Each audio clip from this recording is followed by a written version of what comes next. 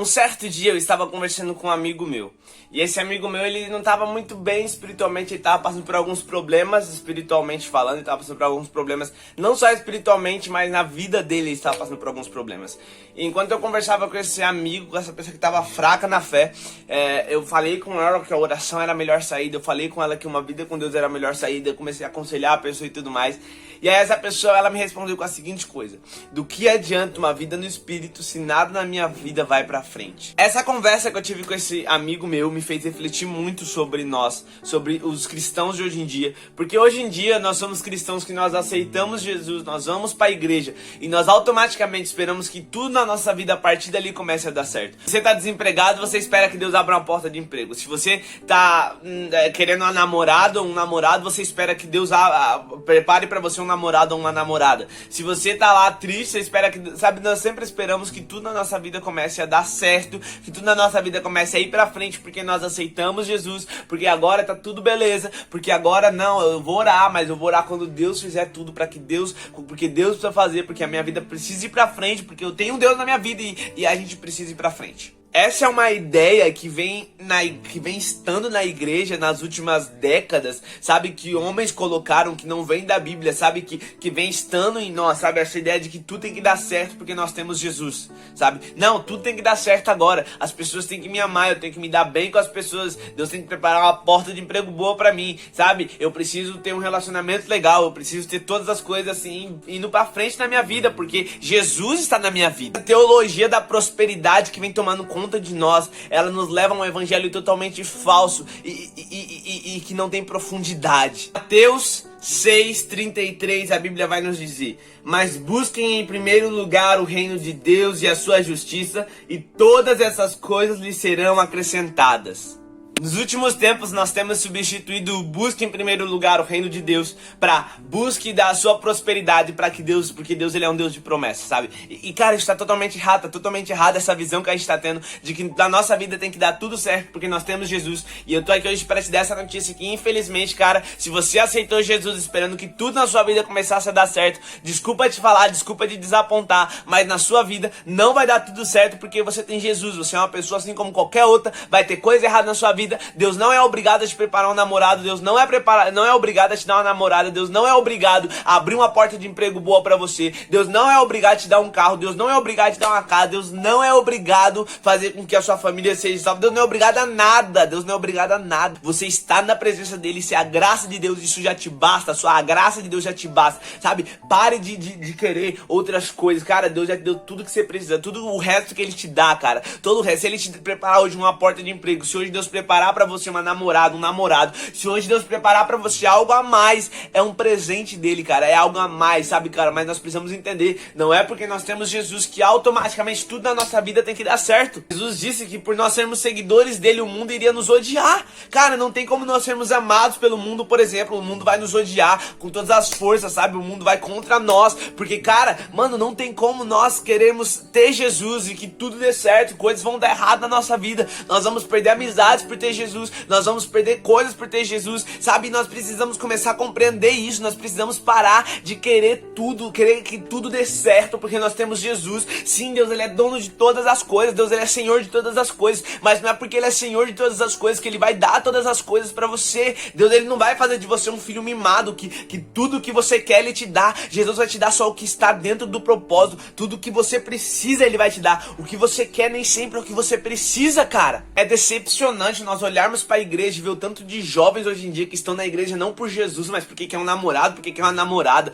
sabe? É decepcionante olhar o tanto de pessoas que sentam na igreja, que vão pros cultos, porque querem as bênçãos de Deus. Nós vemos campanhas e mais campanhas falando sobre bênçãos de Deus, sobre bênçãos e bênçãos e bênçãos, e as pessoas elas só querem saber de bênçãos, e nós precisamos começar a compreender o reino, nós precisamos começar a entender que Jesus é muito mais que isso, cara. O evangelho não são bênçãos simplesmente, o evangelho, você estar em Cristo já é a maior bênção que você pode receber. Todo o resto que Jesus te dá, todo o resto, todas as outras bênçãos é apenas um presente de Deus pra você, porque o que você precisava realmente ele já te deu naquela cruz.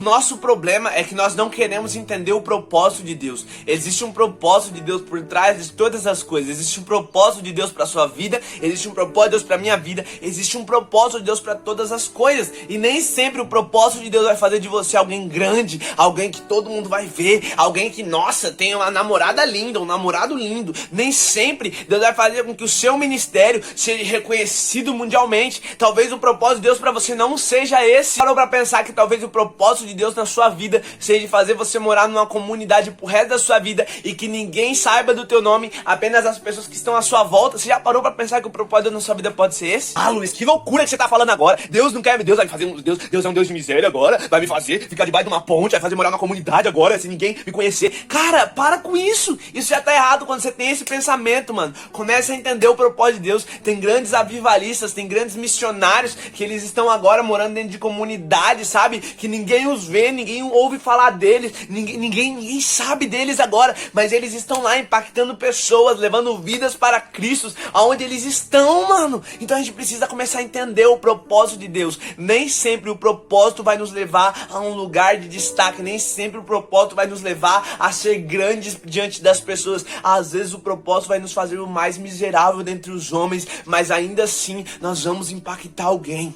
Já pensou que talvez Deus possa te levar para morar debaixo de uma ponte num propósito, e lá debaixo dessa ponte você vai ter Jesus, você vai ser plenamente feliz em Jesus, morando debaixo de uma ponte, e aí alguém vai passar lá e alguém vai ser impactado pela sua vida e o seu propósito vai ser cumprido, porque o seu propósito talvez fosse impactar aquela vida e por isso você tá lá, sabe? Então nós precisamos parar e começar a tentar entender o propósito de Deus. Nós somos totalmente egoístas quando nós achamos que tudo vai girar em torno da gente, sabe? Que tudo vai girar em torno da gente, que tudo tem que ser do jeito que a gente quer, sabe, cara? Jesus já falou, busca em primeiro lugar o reino dos céus e as demais coisas vos serão acrescentadas, sabe? Se hoje você tem um prato de comida sobre a mesa, se hoje você tem um teto sobre a sua cabeça, se hoje você tem uma roupa pra você vestir, cara, já agradeça a Deus, cara, você já tem tudo que é necessário, velho.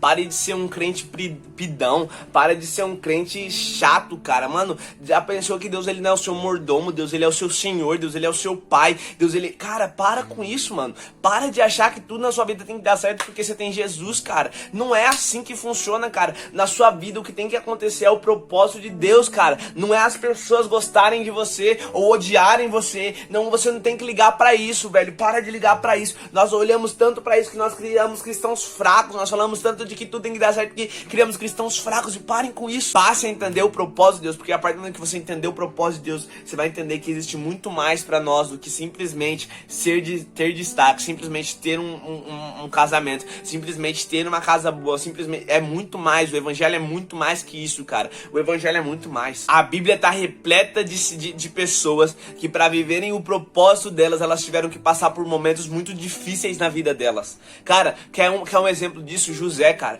Mano, olha José, cara. Olha a vida de José, meu Deus do céu. Olha a vida de José. Olha o propósito de Deus na vida de José. José é traído pelos irmãos, cara. Cara, imagina isso.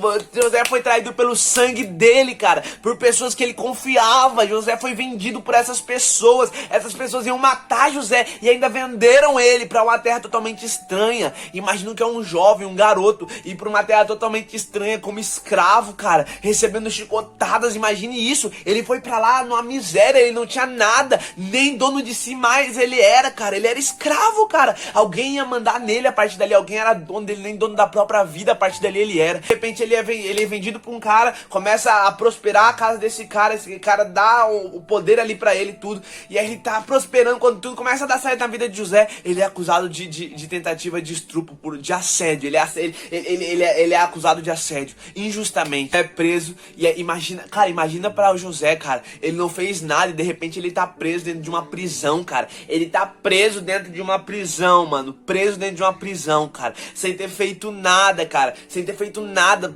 justamente por dizer não ao pecado. Ele foi preso e condenado por causa disso. Nós passamos a entender o propósito de Deus. Se José continuasse na casa de Potifar, se José não fosse traído pelos irmãos dele, se nada disso tivesse acontecido com José, José não estaria na prisão quando aqueles dois homens que serviam ao rei foram presos, sabe? E ele não teria interpretado o sonho daqueles homens, e ele depois não teria chegado a Faraó, interpretado o sonho de Faraó para que ele pudesse salvar todo o povo. Ele não teria feito isso, sabe? Então, cara, entenda o propósito. Talvez o propósito de Deus vai fazer você passar por momentos mega difíceis, mas esses momentos mega difíceis vão ser parte do propósito, porque sem eles não tem como o propósito se cumprir. Sabe, eu imagino José se questionando o porquê daquilo tudo tá acontecendo com ele, mas ainda assim, ele viveu tudo aquilo, ele continuou sendo firme com Deus, porque ele entendia que mais do que simplesmente ser rico, mais do que simplesmente isso tudo, o propósito de Deus era mais importante na vida dele. Então pare de querer que tudo dê certo na sua vida. Muitas coisas vão dar errado na sua vida,